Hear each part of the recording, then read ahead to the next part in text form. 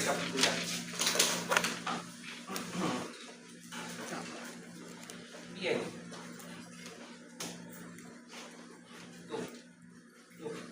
Tú, hey. Los pasos de la inflamación.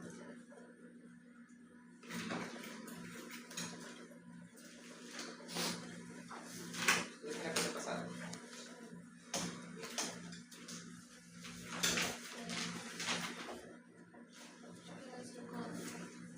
Preguntando.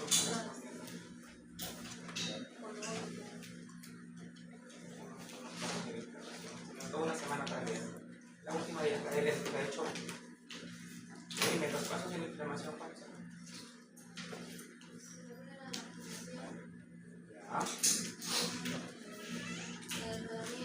Activación, rodamiento, adhesión, Migración. transmigración, quimiotaxis y fagocitosis. Muy bien. ¿Tú qué me estás mirando? Los signos cardinales de la inflamación. Te escucho.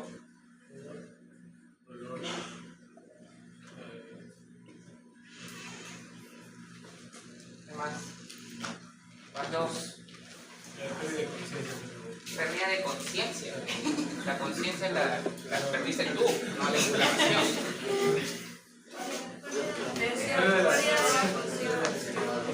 En el salón, no en la cama. Color, calor, tumor, dolor y pérdida de la función. Muy bien. A ver, en esta fila, todos agachan la cabeza, nadie me quiere a la cara. Tú, antes del último. Tú. Dime 3 mediadores de la inflamación. ¿Y qué hacen?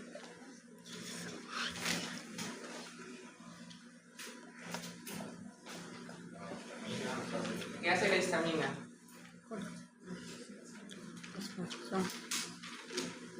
No sabes. Otro. La prostaglandina. ¿Prostaglandina cuál? Porque hay la E2. ¿Qué hace la E2? Mucho lo que es la vascularización. También lo que sería. ¿Qué?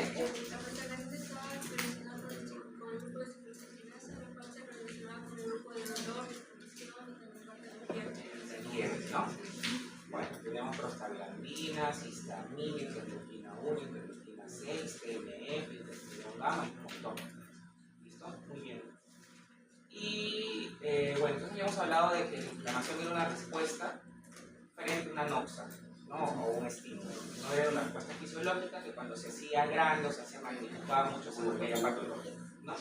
Dijimos que primero tenía que cubrir una lesión, una noxa. Dijimos que los agentes que podían causar esta inflamación pueden ser bacterias o infecciones, pueden ser traumatismos, pueden ser agentes físicos, químicos, radiación, ¿no? Agentes extraños, todos ellos van a causar inflamación.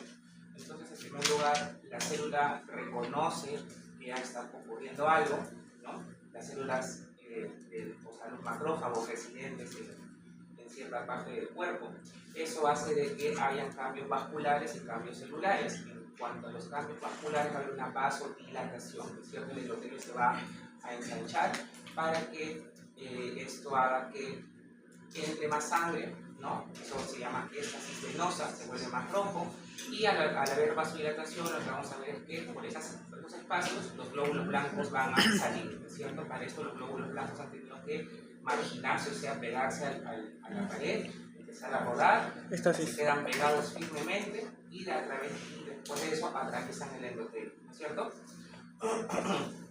Una vez que el glóbulo blanco atraviesa el endotelio, ¿no? Se dirige hacia el sitio de la inflamación, ¿no?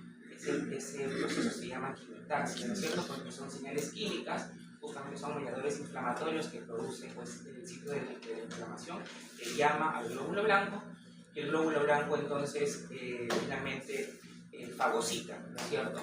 Fagocita al agente extraño, ¿no?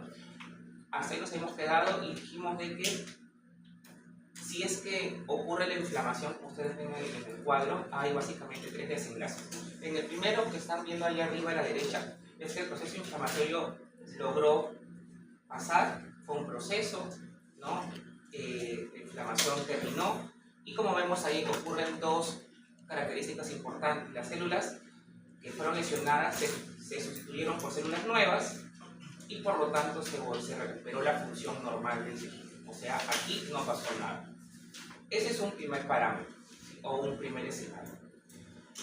El segundo escenario, como ustedes pueden ver acá abajo, es que ese tejido ya no va a volver a ser el mismo, ¿no? Se dañó. Entonces, esas células van a ser reemplazadas por fibroblastos. Ese proceso se llama fibrosis, ¿listo? Por lo tanto, ese tejido ya no va, como les vuelvo a repetir, a recuperar su función normal.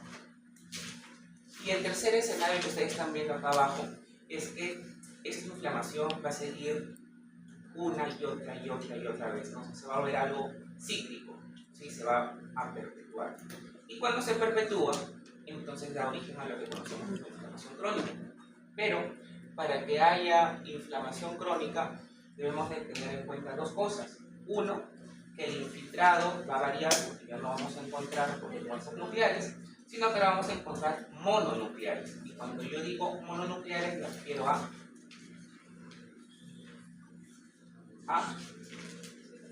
no te escucho. ¿Los que qué? Muchos núcleos. ¿Quiénes son, pues?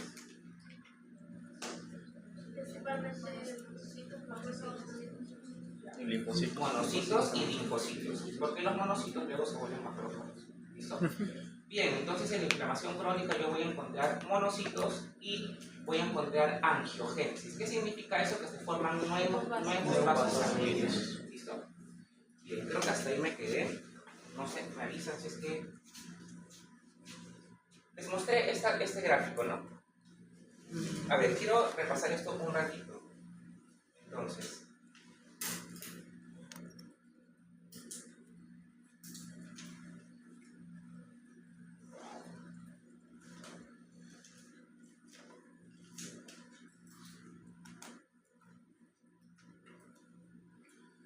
Vean, aquí en esta parte de la izquierda, lo que tenemos es la inflamación a nivel local. Supongamos que es una faringitis, por ejemplo. Entonces, en este caso, la lesión puede pasar, supongamos, en la faringe, ¿no? A este nivel, va a haber, pues, como dijimos, el aumento del TNF, va a haber un aumento de la interleuquina 1, que es básicamente la fertilidad, ¿no? Las interleuquinas 1 también producen la fuga de proteínas, ¿no? Y vean ustedes que tanto TNF como interleuquina activan a los leucocitos. Pero resulta que la inflamación no solamente puede ser local, sino que puede ser también sistémica. Y cuando yo me refiero a que es sistémica, me refiero a que la inflamación no solamente va a estar, pongamos, en la garganta por una faringitis o en el apéndice por una apendicitis, sino que los síntomas van a ser en todo el cuerpo. Van a haber síntomas protectores y van a haber síntomas patológicos, o sea, síntomas que nos ayudan, ¿no?, con el proceso de inflamación, y van a haber efectos que más bien van a ser dañinos para el cuerpo. En el caso de los efectos protectores, uno de ellos va a ser la fiebre, que lo ahorita vamos a ver combinando esto, ¿ya? Aunque parezca mal, la fiebre es un efecto protector. ¿Por qué? Porque nos avisa de que en el cuerpo algo está pasando, ¿no? No sé de dónde será, de la garganta, del apéndice, del brazo, no sé. Simplemente la fiebre es la expresión de que algo está pasando. ¿Listo? Y como vamos a ver más adelante, de hecho, hay varias enfermedades que se manifiestan solamente por fiebre. Por eso lo vamos a ver más adelante. Y entonces, esa fiebre se produce gracias a la interleuquina 1, la 6 y el TNF. ¿Listo? Entonces, fiebre es un efecto protector. Ahora, en el caso del hígado, el hígado va a empezar a producir más proteínas. Cuando hablo de proteínas, básicamente me voy a referir al fibrinógeno. ¿Listo? Por lo tanto, si yo encuentro un fibrinógeno elevado, entonces es un indicativo de inflamación. Yo, por ejemplo, en el hospital puedo pedir dosaje de fibrinógeno, y si lo encuentro alto, entonces ¿por qué? Probablemente haya un estado inflamatorio. ¿Listo? Ahora, ahí dice proteínas de fase aguda. Entonces, les comentaba una que era el fibrinógeno. ¿Listo? la otra sería la proteína A sérica amiloide, ¿ya? Y la otra sería lo que se conoce como PCR, que es la proteína C reactiva. ¿Listo? PCR es una reacción en cadena de la polimerasa, si quieren hacer en biología. ¿Listo? Para este curso, PCR es proteína C reactiva. ¿Listo? La proteína C reactiva también se puede medir en sangre. Yo puedo ir al hospital y puedo pedirme un dosaje de proteína C reactiva. Entonces, eso es lo que se conoce como reactantes de fase aguda. ¿Listo? Reactantes de fase aguda. Bien. Y por otro lado, interleuquina 1, la 6 y el TNF van a hacer que a nivel de la médula ósea se produzcan más glóbulos blancos, para que esos glóbulos blancos salgan al exterior y ataquen la inflamación. ¿Listo? Ahora, cuando yo me refiero a efectos patológicos, vamos a ver tres. En primer lugar, en el corazón, lo que va a ocurrir es una disminución del gasto cardíaco, es decir, de que se va a empezar a bombear menos sangre, y eso no es bueno para el organismo, es un efecto sistémico, pero patológico. Otra cosa que puede ocurrir es que en los vasos sanguíneos se empiezan a formar pequeños trombos. ¿Listo? Si se empiezan a formar pequeños trombos, eso posteriormente me puede dar origen a pequeños infartos. ¿Listo? De hecho, en una inflamación sistémica pueden formarse trombos en todo el sistema arterial. Y eso va a dar origen a lo que conocemos como coagulación intravascular diseminada, que es una enfermedad, CIT. ¿Listo? Coagulación intravascular diseminada. Y por último, vamos a ver de que interleuquina 1 y el TNF produce resistencia a la insulina a nivel del músculo esquelético, o sea, puede producir un efecto diabetógeno, ¿no? Simular a una diabetes. Ya, entonces, sepan bien distinguir entre efectos sistémicos protectores y efectos sistémicos patológicos. Ya nos quedamos con que la fiebre es un sistema o un efecto protector del organismo. ¿Ah? Muy bien. Y para complementar esa diapositiva, entonces acá tengo los efectos sistémicos. ¿Listo? Robbins dice o menciona estos, ¿no? La fiebre, que ya sabemos que es por interleuquina 1 y 6, lo acabo de explicar. Las proteínas de fase aguda o reactantes de fase aguda, da igual como lo llamen, es lo mismo. Les comentaba que es la PCR, la proteína C reactiva, el fibrinógeno y la proteína sérica amiloide A. ¿Listo? Esos tres. Hay uno más, ¿listo? Que se llama la BCG. BCG significa velocidad de sedimentación globular. ¿Qué es lo que ocurre? Que, como les comentaba, el hígado empieza a producir más fibrinógeno. Entonces, ese fibrinógeno elevado hace que los glóbulos rojos empiecen a pegarse unos a otros. ¿Listo? Entonces, si hay más fibrinógeno, se van a pegar más rápido. O sea, esa velocidad va a estar aumentada. Entonces, yo en el laboratorio veo qué tan rápido se empiezan a pegar los glóbulos rojos. Si está elevado, es porque hay probablemente un estadio inflamatorio. ¿Listo? En conclusión, en el hospital generalmente pedimos BCG y PCR. Si están elevados y eso le agregas fiebre, ya pues hay una inflamación ahí, ¿no? Ponte a buscar de dónde es. ¿Se entendió? El otro efecto sistémico es la leucocitosis. Ya lo acababa de explicar en la diapositiva, ¿no? ¿Por qué? Porque la médula ósea empieza a trabajar más, ¿no? Para liberar los glóbulos blancos inmaduros para que vayan a la inflamación. Y por último, otras manifestaciones pueden ser cambios en la frecuencia cardíaca, cambios en la presión, puede haber más somnolencia, malestar general, ¿no? Porque cuando uno tiene una inflamación, por ejemplo en la garganta, no estás contento ni feliz, ¿no? Entonces vas a estar con malestar general, decaído, somnoliento. ¿Listo? Eso era para acabar la inflamación aguda. Ahora, inflamación crónica. Dijimos que uno de los desencadenantes de la inflamación aguda pues es la inflamación crónica, ¿no? Porque el estímulo persiste, ¿no? El estímulo persiste, que puede ser una alternativa, ¿no? O es que el cuerpo mismo se va a sobreestimular. Ahora, entonces, esta respuesta, como dice allí, va a durar semanas o meses. Recuerden que la inflamación aguda era horas o días nada más, ¿no? En cambio en este, vean que va a ser semanas y meses, ¿ya? Entonces, va a haber una respuesta inflamatoria, va a haber destrucción tisular, o sea, el tejido se va a dañar, ¿no? Y el cuerpo no se va a quedar tranquilo, sino que el cuerpo lo que va a intentar es reparar este tejido que se encuentra dañado. Entonces va a haber un intento frustro del cuerpo por tratar de combatir esa inflamación crónica.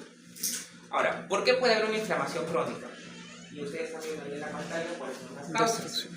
En primer lugar, porque van a haber infecciones persistentes. O sea, de hecho, van a haber organismos o microorganismos que van a persistir en el cuerpo y que va a ser difícil de que ellos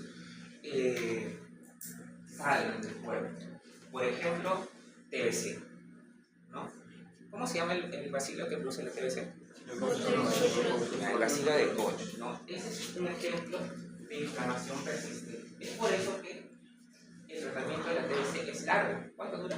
6 meses o un año. 6 meses, ¿ya? 6 meses. ¿Y el treponema pálido qué ocasiona? Treponema pálido. Treponema pálido.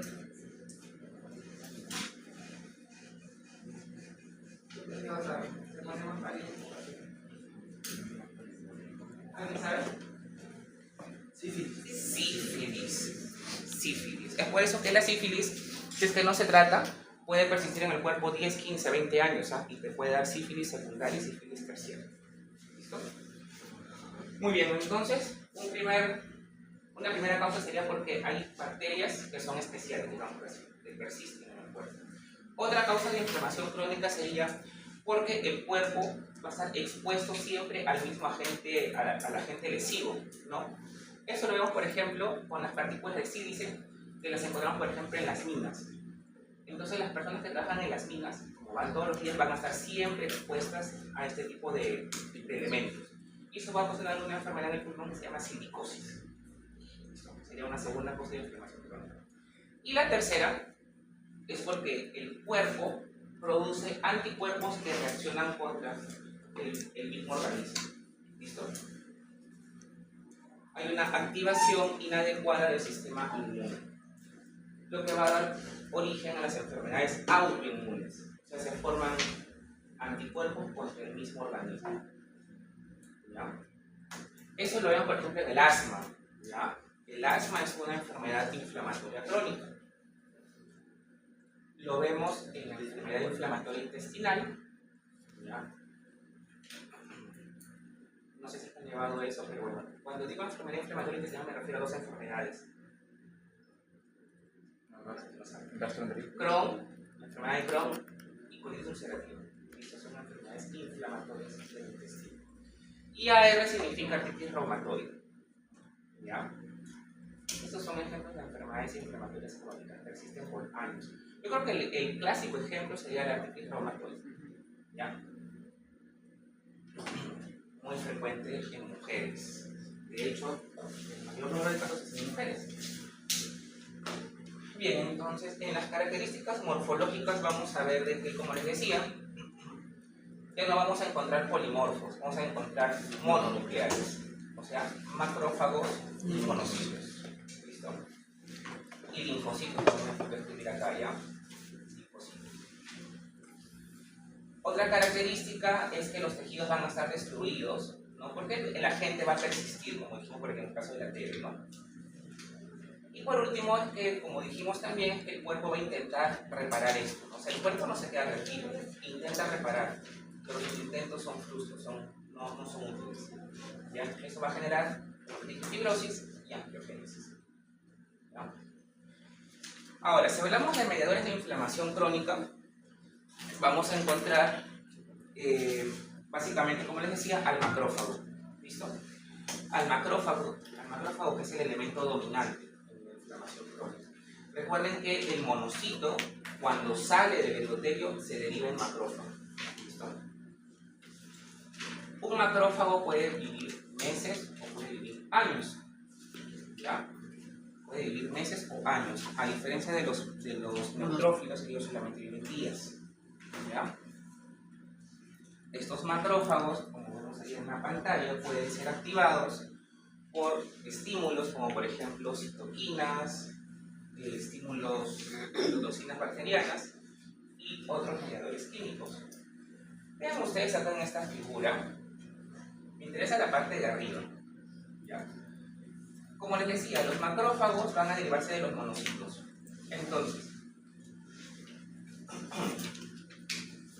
por ejemplo, si es que yo tengo acá la médula ósea, de la médula ósea se va a derivar el stem cell, ¿no es cierto? La célula madre pluripotencial.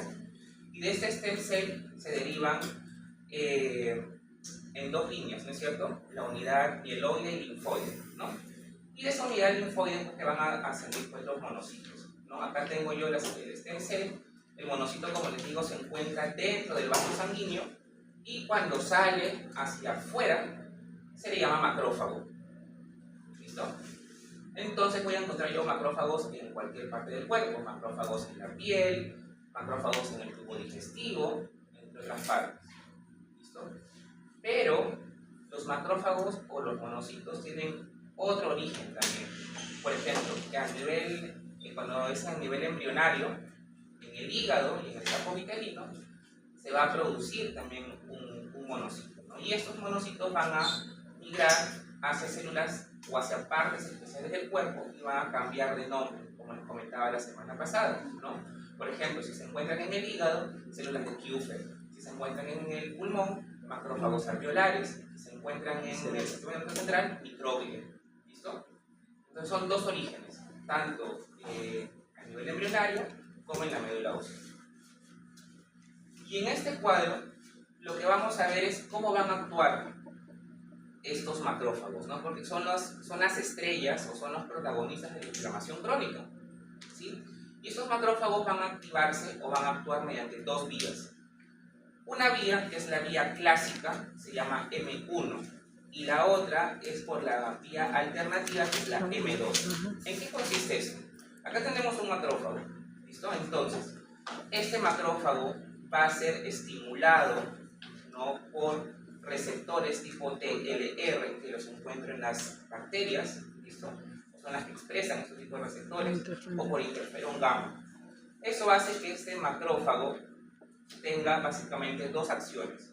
Uno, estimula a las especies reactivas de oxígeno, hace que se produzca óxido nitroso y activa enzimas lisosómicas, y eso va a hacer de que el macrófago tenga acciones microbicidas, o sea que trate de matar a la gente. ¿Cómo lo va a hacer? Va a tratar de comerlo, o sea, fagocitosis, ¿no? Y va a lograr tal vez la muerte de bacterias y hongos. Además, este macrófago va a secretar interleuquina 1, 12 y 23, y eso va a hacer que haya inflamación, o sea que persista la inflamación. ¿Listo? La otra vía o la otra forma es que este macrófago, gracias a la interleuquina 13 y la interleuquina 4, va a hacer de que entre en la vía alternativa. Y eso va a hacer de que secrete factores de crecimiento, y eso va a tratar de hacer de que haya fibrosis, o sea, repare los tejidos, y va a producir interleuquina 10, ¿no?, y factor de crecimiento tisular beta, que nos va a dar los efectos antiinflamatorios. Esta parte es buena. ¿Listo? Ahora, si ustedes leen el libro, el Robbins dice que en un mismo evento, o sea, en un mismo proceso inflamatorio crónico, pueden haber ambas vías, ¿no? No se llegan incluso a diferenciar cuando el macrófago entra en M1 o en M2, sino que pueden haber ambos procesos al mismo tiempo, ¿no? Y incluso pueden haber estadios intermedios entre M1 y M2. Entonces, como que es un poco difícil de reconocer. Eso dice el libro. ¿Listo? Ahora, aparte de los macrófagos, que son estos, también van a participar los linfocitos. Ya recuerden que son dos células, monocitos y linfocitos. Los linfocitos, ¿listo? Los principales van a ser los T. Hay dos tipos de linfocitos, ¿no? ¿O no? T y B, ¿no es cierto? Acá los importantes son los linfocitos T, ¿ya? Y de estos T vamos a encontrar tres subgrupos: TH1, TH2 y TH17. ¿Ya? TH1 produce interferón gamma, y eso va a activar la vía clásica de los macrófagos, que es la que se encuentra acá a la izquierda.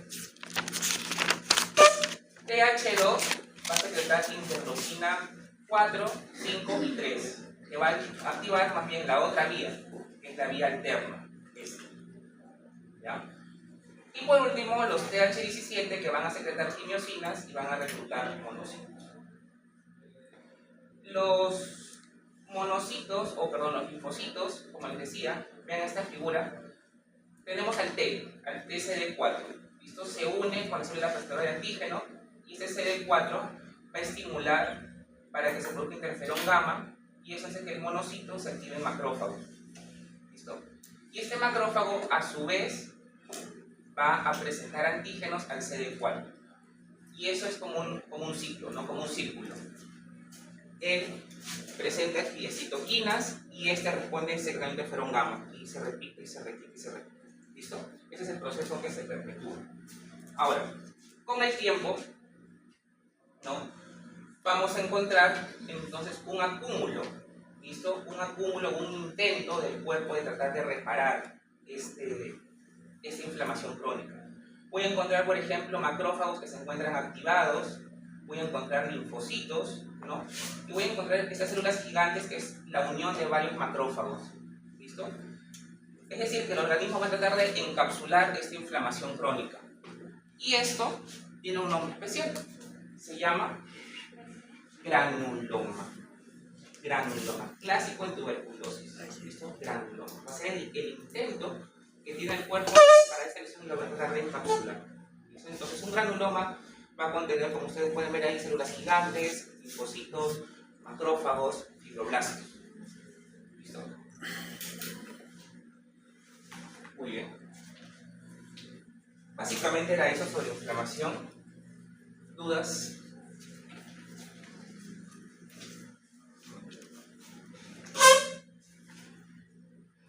Nada. O entendieron todo o no entendieron ni mucho. Me voy con los segundos.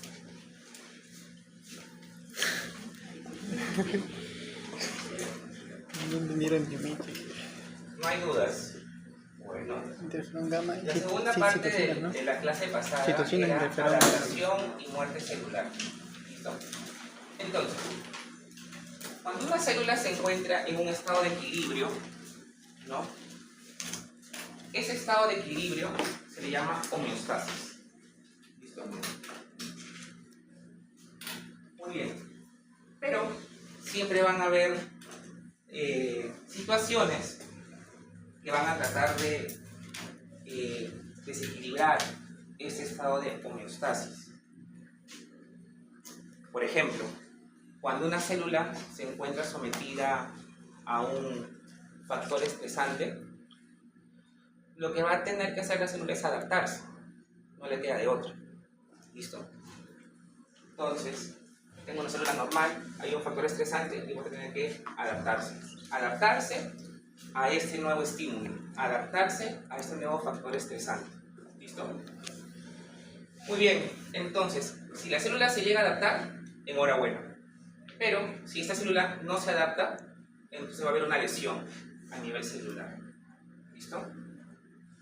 Y esta lesión puede terminar o puede ser reversible o irreversible. ¿Listo? Muy bien. Ahora, como vemos acá también, esta lesión va a llegar en un punto en que va a haber tanto estrés, ¿no? En el que ya la célula, por más que ha tratado de adaptarse, no va a poder, digamos, gestionar este factor estresante y va a terminar muriéndose, que vendría a ser la necrosis. Otra forma de muerte celular sería la apoptosis, que tiene marcadas diferencias entre una y otra. ¿Listo? Por lo tanto, entonces vamos a tratar de definir lo que es lesión celular, lo que es una lesión reversible e irreversible, y necrosis y apoptosis. ¿Listo? Bien. Acá tenemos un ejemplo clásico. ¿Listo? Esto es el corazón. ¿Ya?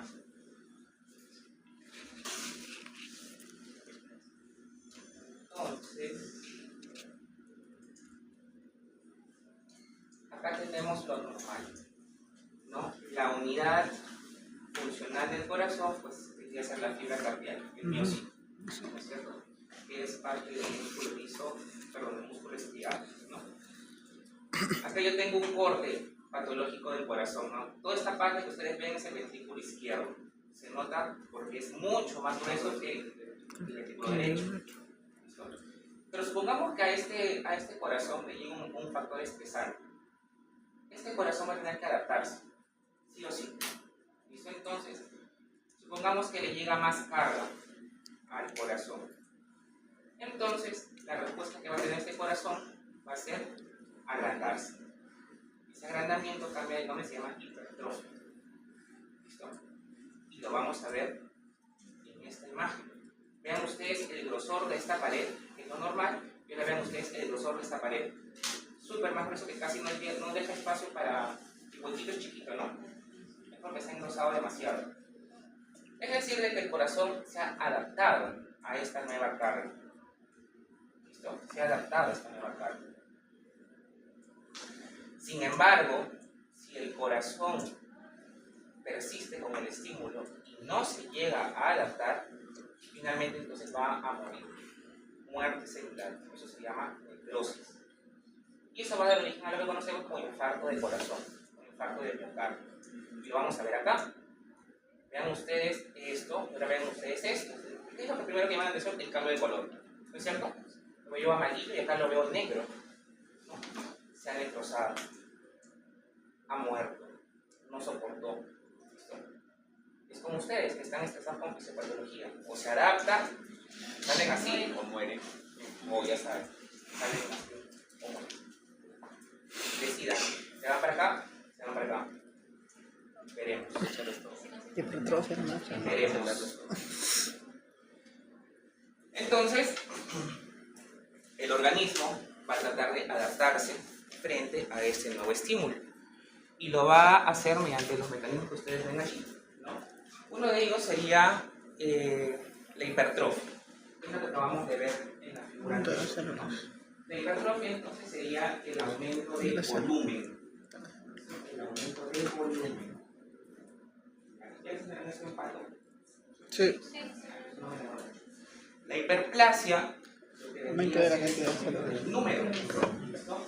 Si aumenta el número, también va a aumentar el volumen. Entonces, generalmente, la hiperplasia es aumento de número, pero también de volumen, ¿no? Porque al haber más, va a ser más volumen.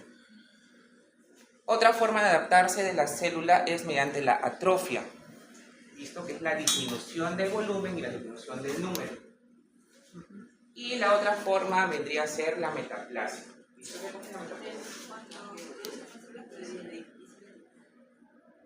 Cuando se produce Es un cambio reversible. De un tipo de célula. es un cambio de tejido. De un tipo de célula. Muy bien. Un cambio de tejido. Muy bien, entonces esas son las formas en que la célula se puede adaptar. Entonces, vamos a esto. ¿Qué cosas pueden dañar el tejido? ¿No? Básicamente, 7 mecanismos. En primer lugar, porque no hay oxígeno. Esto se llama hipoxia. ¿Listo? La hipoxia va a dañar a las células. Porque ustedes saben que todas las células necesitan del oxígeno para poder cumplir con sus funciones metabólicas. Agentes físicos, quemaduras, frío, radiación, todo eso también va a producir lesión tisular. Sustancias químicas, fármacos, drogas, infecciones, razones inmunes, alteraciones genéticas o desequilibrios nutricionales también me van a producir lesión tisular. Y cuando hay una lesión tisular, yo en este gráfico voy a ver los cambios que se van a producir. Primero, van a producirse alteraciones bioquímicas a nivel intracelular. ¿Listo? Luego, van a haber cambios ultraestructurales, ya a nivel, por ejemplo, de mitocondria, a nivel de lisosomas, a nivel de retículo endoplasmático, ¿no? Luego, en esta gráfica de color verde, van a haber cambios que solamente se van a ver con el microscopio. ¿Listo? Por ejemplo, en esta figurita. Yo veo cambios solamente en el microscopio. Y finalmente ya van a haber cambios macroscópicos, o sea, los veo sin el microscopio, como acá, ¿no? Acá yo estoy viendo la necrosis sin necesidad de usar microscopio, es evidente. Entonces, los cambios van en ese orden, ¿no? alteraciones bioquímicas, cambios ultraestructurales, cambios microscópicos y cambios macroscópicos. Bien, ahora, como comentábamos, ¿no? La lesión tisular puede ser, digamos, producida por todos estos agentes que les acabo de mencionar, pero básicamente van a haber daño en tres partes importantes de la célula. ¿Listo? Tal vez una de las más importantes sea el daño en la mitocondria, porque ustedes saben que la función de la mitocondria es generar energía. Esto vendría a ser como el corazón en una persona, ¿no? Es la bomba, es la que nos va a generar la energía. Si la mitocondria deja de funcionar, probablemente toda la célula vaya a dejar de funcionar. ¿Listo? Entonces, un daño a nivel de la mitocondria sí que me va a traer efectos deleterios. ¿Y qué pueden afectar la mitocondria? Como dijimos, ¿no? La hipoxia, la isquemia, la radiación afectan a la mitocondria. Eso hace que, como ustedes acaban de decir, como produce ATP y está afectada esta mitocondria, va a haber menos ATP. Si hay menos ATP, van a haber menos funciones que dependen de la energía, ¿no? Y además, al daño mitocondrial, eso va a producir aumento de las especies reactivas de oxígeno. Finalmente va a haber lesión tisular y necrosis. Entonces, una forma de que se produzca necrosis es dañando a la mitocondria. Otra forma, dañando la membrana celular. Ustedes recuerdan que la membrana celular es una bicapa lipídica, ¿no es cierto? Van a haber diversos agentes que van a dañar esta membrana celular, ¿no? Y eso va a hacer que se fuguen enzimas, ¿no? Y va a traer como consecuencia igual la necrosis. Ahora, si hay daño en el núcleo de la célula, por ejemplo por radiación o por mutaciones, entonces va a haber un daño del ADN. Y ese daño del ADN va a activar unas enzimas, que son unas caspasas, y eso va a generar apoptosis. ¿Qué es lo que les trato de decir? Que el daño en la mitocondria y el daño en la membrana celular van a terminar en necrosis y el daño en el ADN va a terminar en apoptosis. Ese es el mensaje de esta diapositiva. ¿Listo? Que aprendan a diferenciar. ¿Listo? Daño de membrana celular y mitocondria, necrosis. Daño de ADN, apoptosis. Doctor, una pregunta ahí, la necroptosis, tengo entendido que no se va a dar porque ¿Qué cosa es la necroptosis? no, es igual, es una eliminación, o sea, llega, es la muerte de la célula, es igual que la apoptosis, solamente que en este caso, en la necroptosis, no se va a activar las caspasas para que pueda llegar. Y en ese caso, eso se genera por el mismo hecho de que se da el daño en el ADN. El daño del ADN. El daño del ADN. ¿Ya? Muy bien. Seguimos. Este gráfico, para que vean, ¿no?, qué tan importante es la mitocondria. ¿Listo? Si hay disminución de oxígeno, tóxicos, radiación, destruyen a la mitocondria, hay menos ATP, más ERO, y eso produce necrosis. Pero, si hay disminución de la señal de supervivencia, daño de proteínas, como decía, el daño del ADN, eso hace que la mitocondria empiece a tener fuga de proteínas y eso va a generar apoptosis. ¿Cuál es el mensaje de esta diapositiva? Es que el daño de la mitocondria puede producir necrosis, sí, pero también puede producir apoptosis. ¿De qué depende? Del estímulo que están viendo acá arriba. ¿Listo? Todas estas figuras, estos cuadros, son del Robbins, ¿ya? Son del Robbins. Haciendo un paréntesis, ¿ya tienen todos los libros? ¿Sí? Entonces, si tienen todo, ¿hay alguien que no tenga todavía los libros? Porque ya es responsabilidad de ustedes, chicos, ¿eh? ¿Ya? Lo dejé acá en la computadora la semana pasada, creo, ¿no? Entonces ya todos deben tener Robbins, Guyton, Ford. Sigo esperando Todas las Drive. figuras son de Robbins. Y si por ahí pillo a alguien tomando fotos, es porque no ha revisado el libro. Porque ustedes hubieran mojado el libro porque saben que esta figura está ahí. ¿Listo? Que tampoco es que esté mal que tomen foto, pero me da a entender de que no han visto el libro. Bueno. A ver. Acá tendremos un cuadro comparativo entre lo que es necrosis y lo que es apoptosis. ¿Ya? Vean las diferencias. Entonces, yo acá tengo la célula normal. ¿Listo? Va a haber una lesión. ¿Listo? Una lesión que en este punto puede ser reversible. Entonces, como dijimos, la célula o se adapta o muere.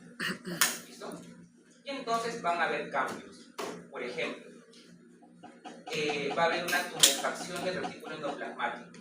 Como que se va a volver un poquito más gordo, por así decirlo, para que me entiendan. ¿Sí? Eso es una tumefacción. ¿Ya? Y ven ustedes que la célula comienza a formarse como vesículas, ¿no? Como estos puntitos que ustedes también lo acabamos. ¿Sí? Si esta lesión progresa, o sea, sigue habiendo ese factor estresante, entonces lo que vamos a encontrar es que el núcleo, ¿no?, se va a romper, se va a fragmentar. ¿Listo? Se va a fragmentar. Las mitocondrias se van a deformar. ¿Listo? Y finalmente la membrana celular como que va a explotar. Y todo el contenido va a salir al exterior. Como el contenido sale al exterior, ¿qué va a haber? Polimorfos nucleares. ¿Y eso qué significa? Inflamación. Es decir, que la necrosis jala a la inflamación. La necrosis trae como consecuencia inflamación. ¿Sí me entienden, no? Sí. Ok. Vámonos con el otro lado. Tengo la célula normal. ¿Listo? Ocurre un factor estresante y aquí lo que va a ocurrir es un cambio diferente. Aquí, en el núcleo, la cromatina se va a condensar. Como que se va a volver más espesa, para que me entiendan. ¿Sí? Muy bien. Y acá se van a formar igual vesículas, no como pequeños huequitos, como ustedes están viendo aquí, para que me entiendan. ¿Sí?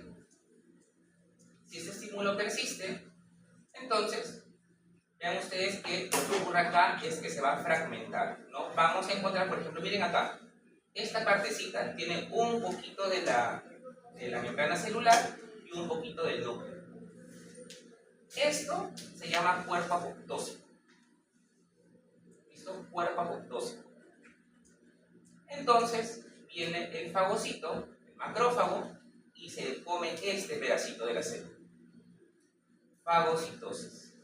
¿De qué? De los cuerpos apoptóticos. Es muy diferente acá. Acá es como que una bomba explotó. Y todo lo que había adentro, pues salpicó. Y eso trae inflamación. En cambio, en la apoptosis no. En la apoptosis se empezó a condensar y se separaron bolitas. Y luego viene el macrófago y se lo come.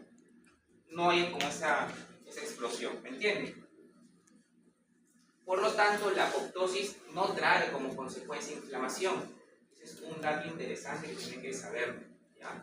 La necrosis sí trae como consecuencia inflamación, pero la apoptosis no trae inflamación como consecuencia.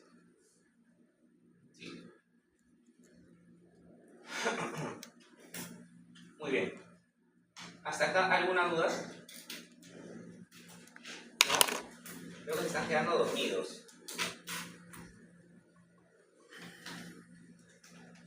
¿Qué hora es? 8:40. ¿Qué es 8:40, chicos? Despierten. Por eso yo veo que se están cabeceando. ¿Están con sueño? ¿Tienen un descanso? No. A ver, vamos a jugar. Dime el número del lunes. 1, 2, 3, 4, 5. Bueno, se agarrando así asustado la cara. Pregunten. De hoy día, de la semana pasada, lo que sea. ¿Cuál es la diferencia entre necrosis y apoptosis? Como que lo más marcado. Lo último que dijo él. Que la apoptosis es una muerte celular programada. Es una diferencia. ¿Otra? Una intervención hace cuántas semanas, no recuerdo. ¿Cuál? La apoptosis. Un número del 5 al 10. toque. ¿Ya? 7. 1, 2, 3, 4, 5, 6, 7. Tú el de lentes. Pregúntale.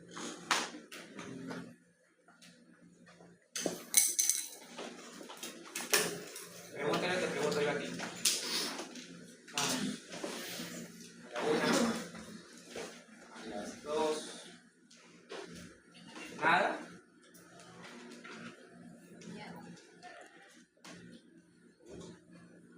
Bueno, dime qué cosas o qué factores producen lesión tisular. De eso no preguntas, te salvaste.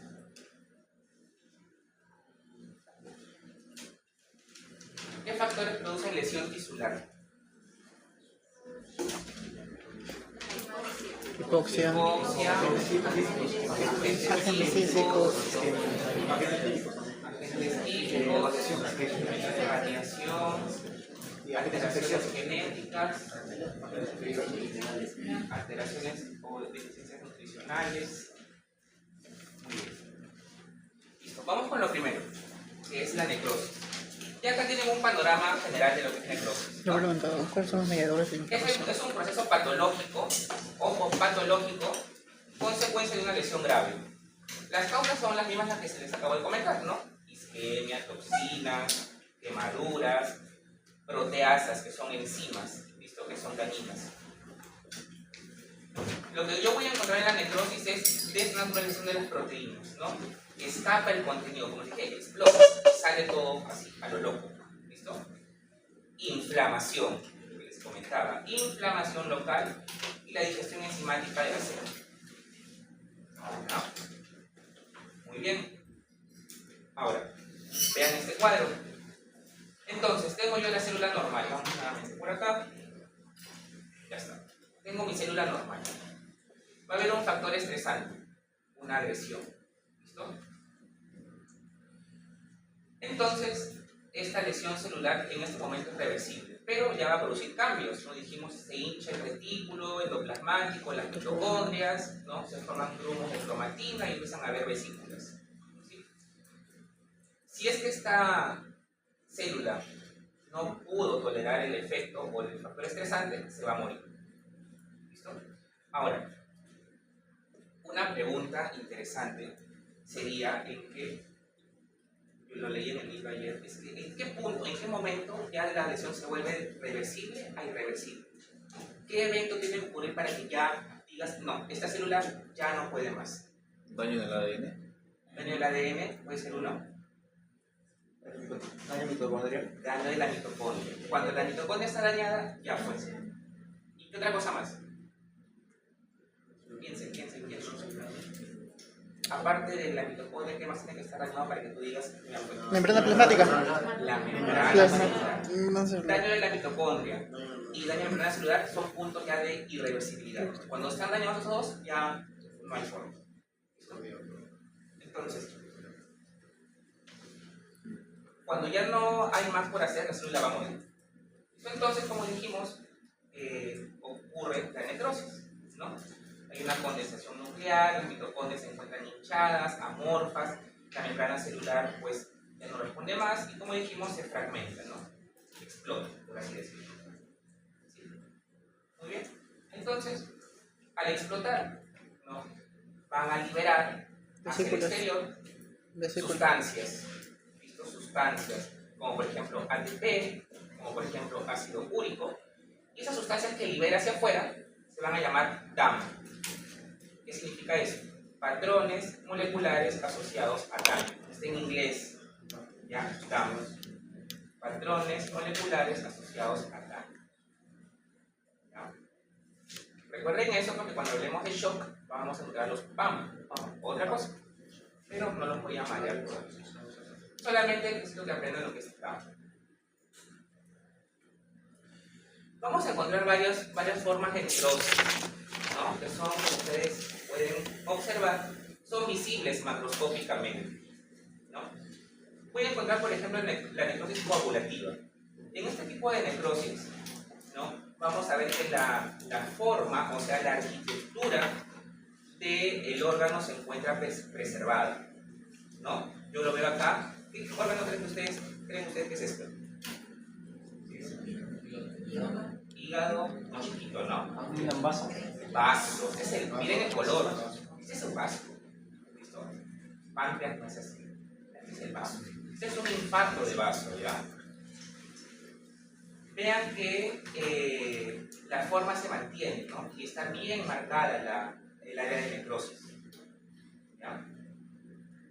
Este es un tipo en el cual la arquitectura se encuentra conservada, es una necrosis coagulativa. ¿Ya?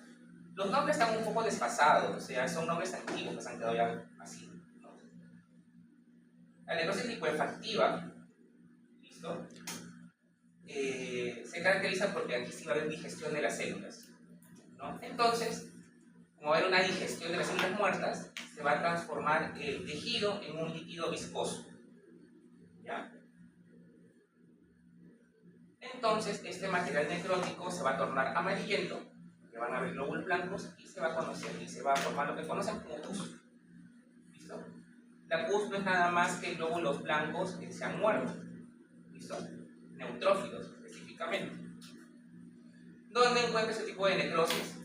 Por ejemplo, en muerte del sistema nervioso central, que es un cerebro, ¿sí? En infecciones bacterianas y en infecciones fúngicas, ¿no?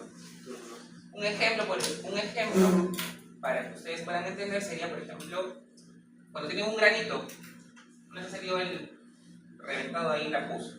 ¿No se aprieta? ¿No les ha pasado eso? En su adolescencia ya. Ese es un tipo de necrosis, la licuefactiva. Otro tipo de necrosis es la gangrenosa. En verdad no es un tipo diferente de necrosis, sino que es una forma de la necrosis coagulativa. Esto de la que acabamos de ver, la primerita. ¿Listo? ¿Pero por qué se llama gangrenosa? Porque se aplica a una parte del cuerpo en especial, generalmente a una extremidad, generalmente en las piernas. ¿Listo? Por ejemplo, cuando vemos un pie diabético. ¿Listo? Es una gangrena. Pero, como vuelvo a repetir, es un tipo de necrosis coagulativa, no es que sea una forma diferente. La que sí es una forma diferente es la que sigue, es la fibrinoide. ¿Ya? ¿Qué ocurre en la necrosis fibrinoide? Vamos a ver que hay un daño en los vasos sanguíneos. ¿Listo? Esto es un vaso sanguíneo. ¿Sí? Recuerda que tenemos la túnica íntima, la media y la adventicia, no son las tres capas de un vaso sanguíneo. ¿Y qué es lo que estoy viendo yo acá? Es que dentro del endotelio, ¿no? Hay este infiltrado que es una reacción antígeno-anticuerpo. ¿Listo? Y eso va a hacer que la luz del endotelio pues se achique. Este tipo de necrosis se llama necrosis fibrinoide, es un daño vascular por una reacción inmunitaria. Dos más, tenemos la necrosis gaseosa y la necrosis grasa. ¿Listo? La primera, que es la necrosis gaseosa, viene de gaseoso, que es similar al queso. ¿Listo? Como ustedes pueden ver, ese aspecto blanco, ¿no? Que está también bien definido, ¿no? ¿Y qué van a notar ustedes? Es este. Este es el pulmón, ¿listo? Y este es el famoso granuloma que les mostré en una diapositiva de inflamación crónica. ¿Sí? Así se ve un granuloma. ¿Listo? Por último, la necrosis grasa la voy a ver casi exclusivamente en el páncreas, ¿no? Cuando se produjo una pancreatitis. ¿Qué pasó? En la pancreatitis se activan enzimas que normalmente digieren el páncreas. Es decir, por ejemplo, esta enzima del páncreas, me olvidé el nombre de la enzima, quimiotripsina. La quimiotripsina normalmente se libera al conducto biliar y cuando ya cae en el modelo de quimiotripsina pasa a tripsina. Eso es lo normal. Pero ¿qué ocurre en la pancreatitis? La tripsina se activó antes de que cayera en el duodeno y como se encuentra activada en el páncreas, lo empieza a destruir, porque es una enzima degradadora. Es decir, de que empieza a degradar el páncreas. ¿Listo? Como el páncreas se está degradando, los productos del páncreas se empiezan a liberar al peritoneo. Y cuando cae al peritoneo, reacciona con los adipocitos que se encuentran en el peritoneo. Y eso produce la necrosis grasa. Si esta tripsina, quimotripsina, se conjuga con el calcio, va a haber una saponificación. En pocas palabras, son estas bolitas blancas que ustedes también ven. ¿Listo? Entonces, este es un tipo de necrosis, que es la necrosis grasa. Estos son los 6 patrones de necrosis que tienen que saber. ¿Listo? Y bueno, ahora sí son para las 9, vamos a tomar 5 minutos antes de